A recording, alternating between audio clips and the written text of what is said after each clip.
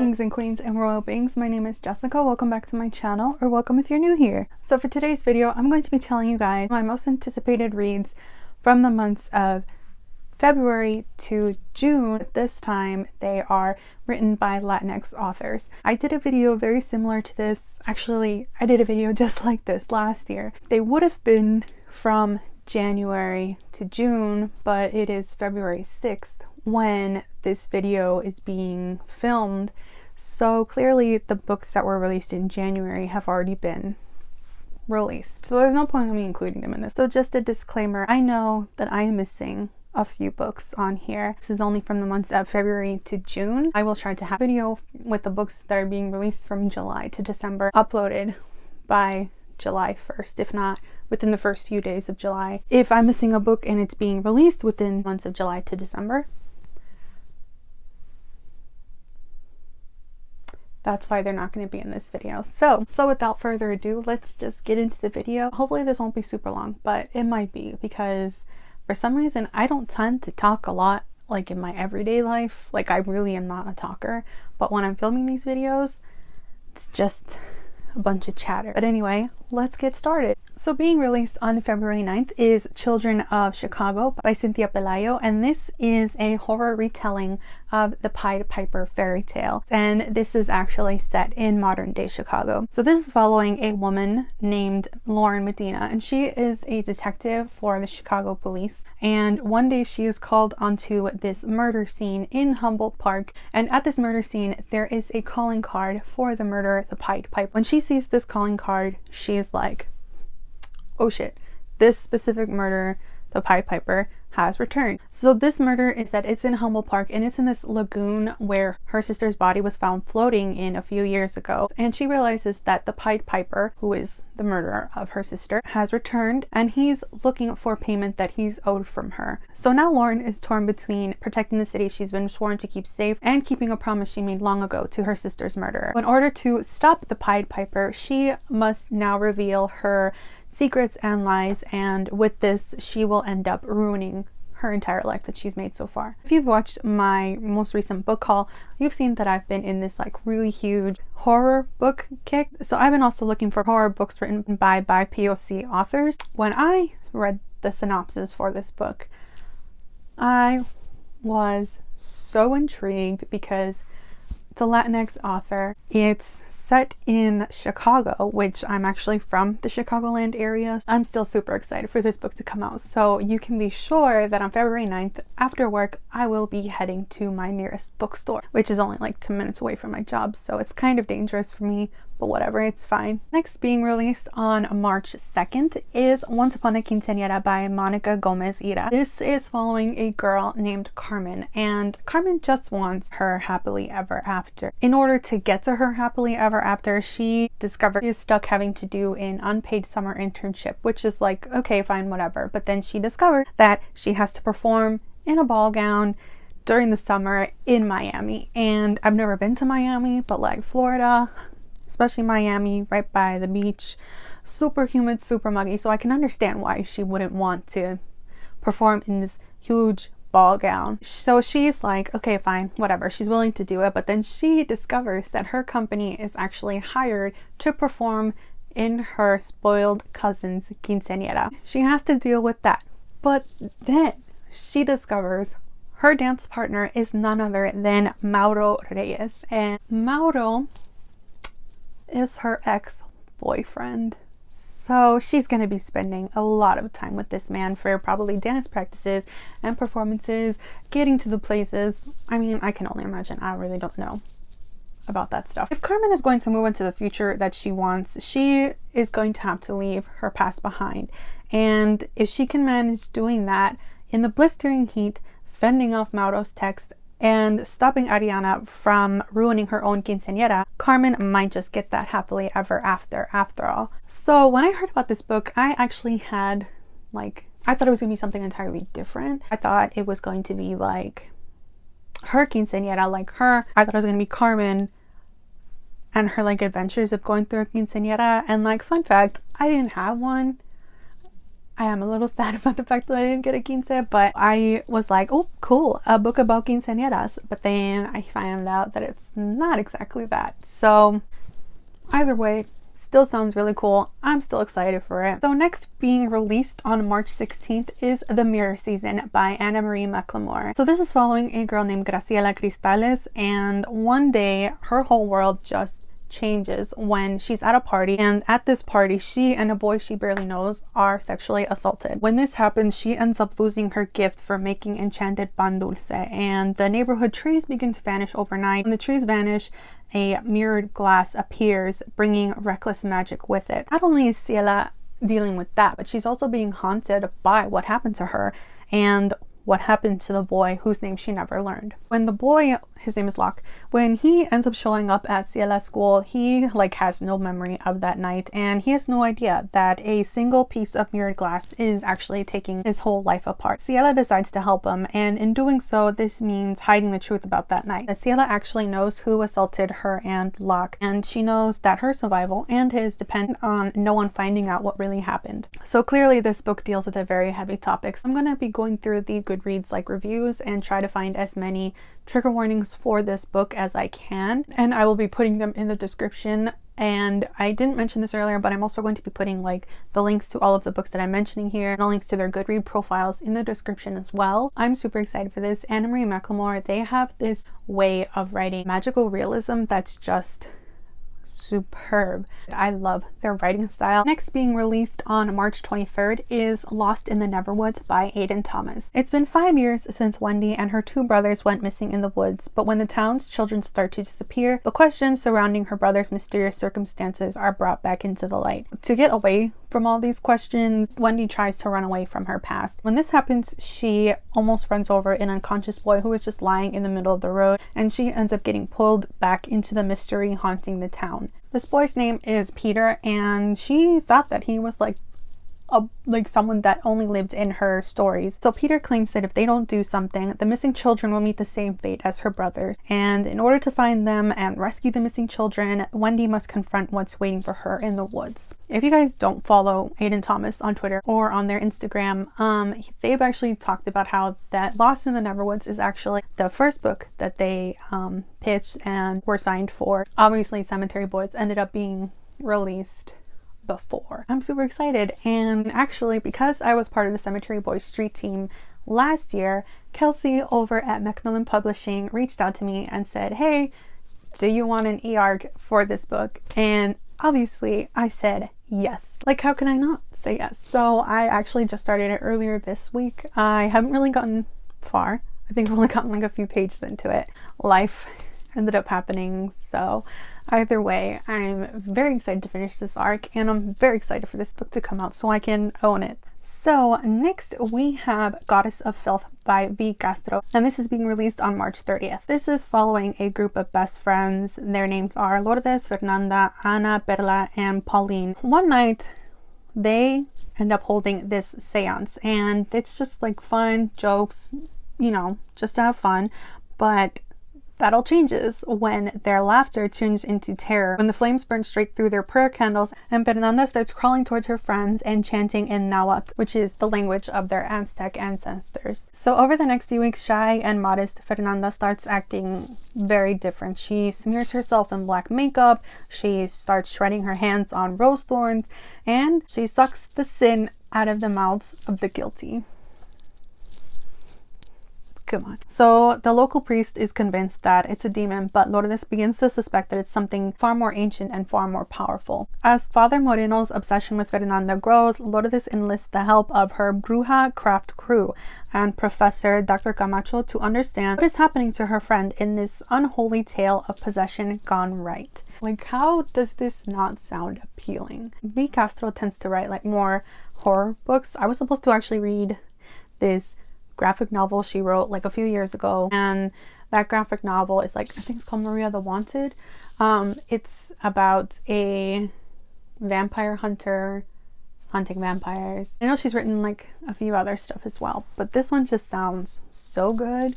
I'm so excited. So next being released on April 6th is Fearless by Mandy Gonzalez, and this is actually a middle grade book. The Ethel Merman Theater is cursed. No one is sure how or why, but the evidence speaks for itself. Show after show has flopped, and the theater is about to close. Enter 12-year-old Monica Garcia, who has been cast to star in a Broadway musical revival of The Goonies. This is the theater's last chance to produce a hit before it shutters its doors for good. So all the children in this cast each have their own reasons for wanting to make the show a success, and all of the eyes of the theater world are on them. They're all hoping that this show will break the curse. Kids actually aren't even sure if this curse is real, but then their first performance doesn't go as planned. They start to think that, you know, maybe this is real. So then the kids realize that the ghost light, which is a light that is kept on at every theater in order to appease the ghost, it wasn't lit.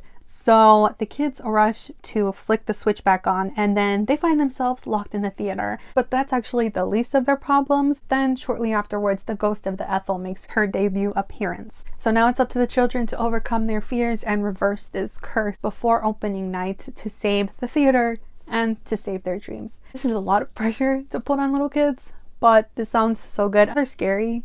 Middle grade, I really don't know how scary middle grades can go, but like I'm assuming it can get pretty creepy because people tend to like shit talk a lot of middle grades, but like these authors know what they're doing with this stuff. Like they're good. So I have high hopes for this one.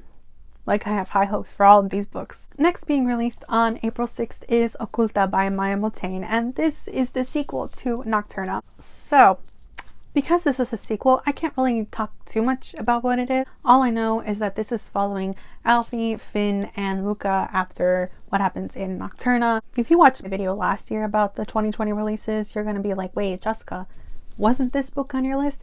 Yeah, it was, but then unfortunately, it was pushed back to April. So, am I disappointed? Yes, but I'm still very excited. Now it is 2021 and I have February. Is it 2 months? Yeah, I actually have 2 months, exactly 2 months, because it's February 6th and this is being released April 6th. So I have 2 months for this book. So for those of you who haven't read Nocturna yet, you have 2 months to read Nocturna and then you can get on to Okulta. So hop to it. Or don't, if you don't want to. I mean, I recommend you do. Next up, we have another middle grade book that is being released on April 13th, and that is Sirios and the Desert of Souls, and this is written by Kayla Rivera. Living in the remote town of Tierra del Sol is dangerous, especially in the Criatura months when powerful spirits break free from their home in Devil's Alley to threaten humankind. But Cecilia Rios has always believed there was more to the criaturas who roamed the desert, much to her family's disapproval. After all, it's common knowledge that only brujas, humans who capture and control criaturas, consort with the spirits, and brujeria is a terrible crime. One day her older sister Juana is kidnapped by a dark and powerful criatura, and everyone in the town believes she's lost forever. But Cici is determined to bring Juana back. To bring Juana back, though, she has to get into Devil's Alley, and in order to do that, she has to become a bruja herself. And she's gonna have to hide her quest from her family, her town, and the other brujas. Thankfully, the legendary criatura Coyote has a soft spot for humans, and he agrees to help her on her journey. So with him at her side, Cici sets out to reunite her family and maybe even change what it means to be a bruja along the way. So also being released on April 13th is The Mary Shelley Club by Goldie Meldovsky. This is following a girl named Rachel Chavez as she is starting a new school called Manchester Prep. But since she's like one of the few scholarship kids, she ends up struggling to really fit in, and then she ends up getting caught in this prank gone awry. So with that, she ends up with more enemies than friends. To her surprise, this prank ends up attracting the attention of the Mary Shelley Club, which is this secret club of students with one objective, which is to come up with the scariest prank to orchestrate real fear. But as the pranks escalate, the competition turns cutthroat and takes on a life of its own. When the tables are turned and someone targets the club itself, Rachel must track down the real-life monster in their midst, even if it means finally confronting the dark secrets from her past. So if you guys have been like paying a lot of attention to some of the new releases and some of the videos that have been coming up, you'll have noticed that dark academia seems to be a super popular like trend, I guess. If this isn't dark academia, I don't really know what it is, because I'm assuming that this is set in a boarding school. Manchester Prep just kind of sounds like a boarding school, but I went to public school, so I don't really know the names of boarding schools. It's set in this school that seems like a boarding school. There's a secret club literally called the Mary Shelley Club. There's mystery and horror. I think more mystery and thriller than horror, but who knows? I really don't know if there's any supernatural elements to it either, but either way, this still sounds really good. Next being released on May 4th is Meet Cute Diary by Emery Lee. This is following a boy named Noah Ramirez, and Noah thinks that he's an expert on romance, and he kind of has to be because his popular blog, which is called the Meet Cute Diary, is a collection of trans happily ever afters. There's just one problem. All of the stories are fake. What started as the fantasies of a trans boy afraid to step out of the closet has grown into a beacon of hope for trans readers across the globe. This all changes when a troll exposes the blog as fiction and Noah's world just unravels. The only way to save the diary is to convince everyone that the stories are true, which is going to be difficult because he doesn't have any proof. But then Drew walks into Noah's life and the pieces begin to fall into place. Drew is willing to fake date Noah to save the diary, but then Noah's feelings begin to grow beyond their stage romance, and he realizes that dating in real life isn't quite the same as finding love on the page. In this charming novel by Emery Lee, Noah will have to choose between following his own rules for love or discovering that the most romantic endings are the ones that go off script. I follow this author on Twitter, and he has posted like this thread giving a bunch of like information on this book, so I'm gonna link that thread in the description. It just sounds so cute. I'm sure there's going to be a lot of yanks to it, but that's,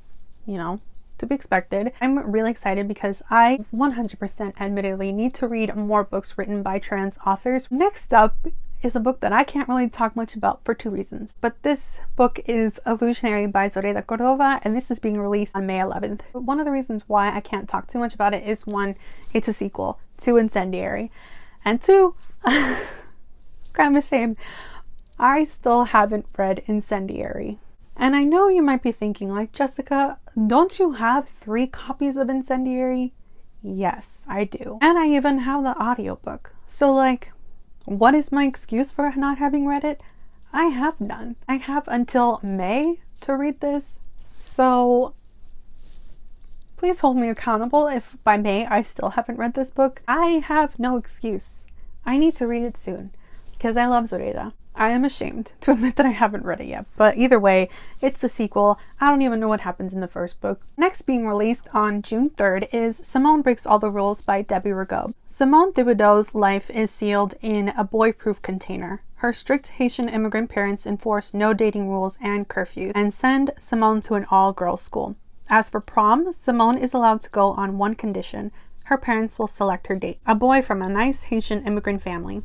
Obviously. Symone is desperate to avoid the humiliation of the setup, especially since she's crushing on a boy she knows her parents wouldn't approve of. With senior year coming to a close, Symone makes a decision. She and her fellow late bloomer friends will create a senior year bucket list of all the things they haven't had a chance to do. On the list, kissing a boy, sneaking out of the house, skipping class, and choosing your own prom date. As the list takes on a life of its own, things get more complicated than Symone expected. She'll have to discover which rules are worth breaking and which will save her from heartbreak. So I know that this book is not really geared towards me. That's really the case for actually all my contemporaries. 26 years old. I graduated high school 8 years ago. I can't really resonate with these books, but I still always want to like read these books because like when I was in high school and when I was leaving high school, I didn't really read a lot of contemporary books written by Latinx authors or by POC authors in general. I still want to read them because I didn't get the chance to read like stories like this. This sounds really cute and really good, and like I didn't really do anything like this because my mom would have killed me. Nor did I really want to because I was a shy kid, so I didn't really care about this stuff. So next up, we have 1500 Miles from the Sun by Johnny Garza Villa, and this is being released on June 8th. Julian Luna has a plan for his life. Graduate, get into UCLA, and have the chance to move away from Corpus Christi, Texas, and the suffocating expectations of others that have forced Jules into an inauthentic life. Then in one reckless moment, with one impulsive tweet, his plans for a low-key 9 months are thrown, literally, out of the closet. The downside, the whole world knows, and Jules has to prepare for rejection. The upside, Jules now has the opportunity to be his real self. Then Matt, a cute and empathetic Twitter crush from Los Angeles, slides into Jules' DMs. Jules can tell him anything, and Matt makes the world seem more conquerable. But when Jules' fear about coming out come true, the person he needs most is 1,500 miles away, and Jules has to face them alone. Jules accidentally propelled himself into the life he's always dreamed of, and now that he's in control of it, what he does is entirely up to him. The last on this list is Fire with Fire by Destiny Sore, and this is being released also on June 8th. Danny and Eden Rivera are sisters, and they were both born to kill dragons, but other than that, they really couldn't be any more different. Danny really prioritizes living a normal high school life, and Eden just really prioritizes training above all else. But the two sisters do have one thing that they can agree on. It's kill or be killed where dragons are concerned. But this all changes when Danny comes face to face with a dragon, and she ends up forging this rare and magical bond with him.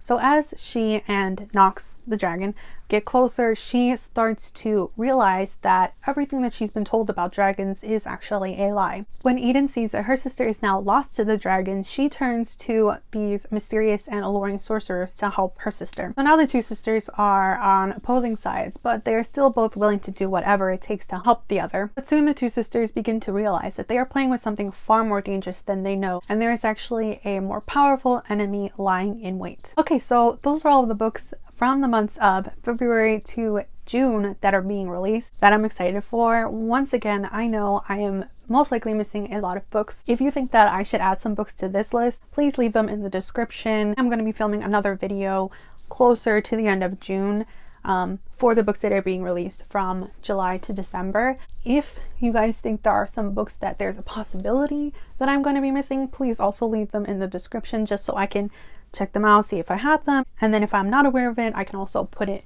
in that video. I hope you guys liked this video. Be sure to like, comment, subscribe if you want to, and I'll see you in my next one. Bye!